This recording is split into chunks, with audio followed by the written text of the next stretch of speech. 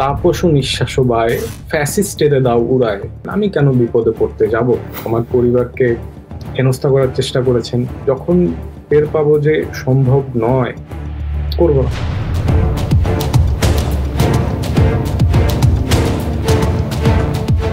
বাংলাদেশ রাষ্ট্র তার সকল কল্যাণকর চরিত্র বিসর্জন দিয়ে একটা নিপীড়ক চরিত্র নিয়ে জনগোষ্ঠীর সামনে হাজির আছে।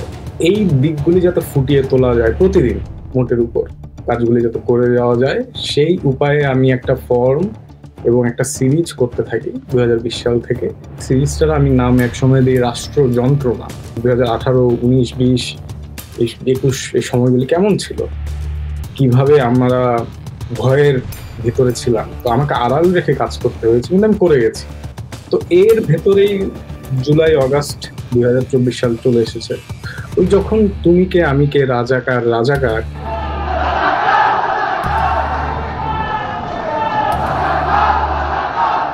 কে বলেছে স্বৈরাচার স্বৈরাচার, এই কথাটা যখন আমি শুনতে পারি, তখন আমিও এই আন্দোলনে সরাসরি অংশগ্রহণ করে ফেলি।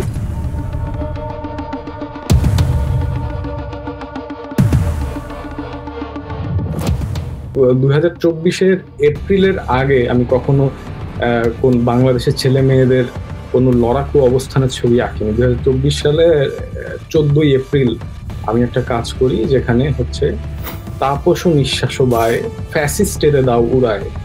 তো এই কথা এবং ওই লড়াকু শারীরিক ভাষায় আমি একটা ছবি আঁকি।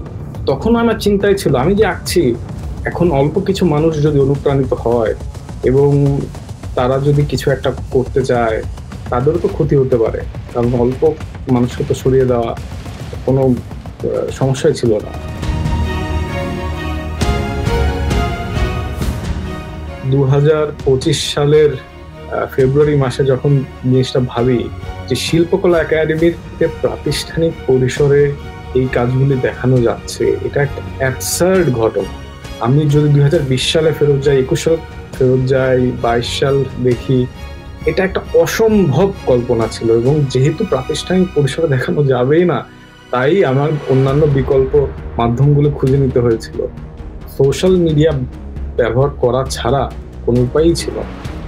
এবং এটা আমার পুরো আর্ট প্রজেক্ট এবং সিরিজের একটা চারিত্রিক বৈশিষ্ট্য।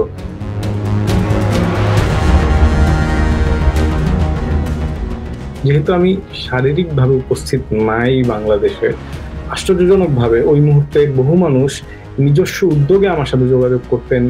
এই ধরনের অভিজ্ঞতা আমার তো আগে কখনো হয়নি। আমি নিজেকে ভাগ্যবানও মনে করি যে আমি এরকম একটা ঘটনার সাথে সম্পৃক্ত হতে পেরেছি এবং অনুভব করতে পেরেছি। ওই সময় যে শক্তি, এটাকে আধ্যাত্মিক শক্তি বলেন, রাজনৈতিক শক্তি বলেন, যেটাই বলেন, আমার শরীরে ভর না করলে এই টানা এই কাজগুলি আমার করা সম্ভব ছিল না। আমি চেষ্টা করেছি বাংলাদেশে পেশাজীবী হিসেবে থাকার, কিন্তু বলতে দ্বিধা নাই যে আমি অনুভব করছিলাম মানুষ হিসেবে বিকশিত হওয়ার সুযোগ আমার জন্য সংকুচিত হচ্ছিল। তো আশেপাশের মানুষরা জানতো যে কাজগুলো আমি করছি, তারা আমাকে বুঝিয়েছিলেন, 1 নম্বর বিষয়, বড় কাজগুলি কোথাও দেখানোই না যায়, তাহলে তুমি আর্টিস্ট হিসেবে, পেশাজীবী হিসেবে প্রতিষ্ঠিত হতে পারবে না। আর 2, সেটা সরকার, দল, প্রতিষ্ঠান, এদেরকে প্রশ্নবিদ্ধ করি, এদের কর্মকাণ্ডকে সমস্যায়িত করি, তখনকার পরিস্থিতি মোতাবেক আপনার শারীরিক অস্তিত্বই ঝুঁকিতে পড়ে যায়। আওয়ামী লীগ সরকারের সাথে যুক্ত তাদের দোসরেরা বিভিন্নভাবে ভুল তথ্য প্রচার করেছেন আমার ব্যাপারে, আমার পরিবারকে হেনস্থা করার চেষ্টা করেছেন, সাইবার বুলিং যেটাকে বলে। এমনও প্রচার করেছেন যে আমি কোনো বিদেশি সংস্থার থেকে টাকা খেয়ে কাজ করেছি।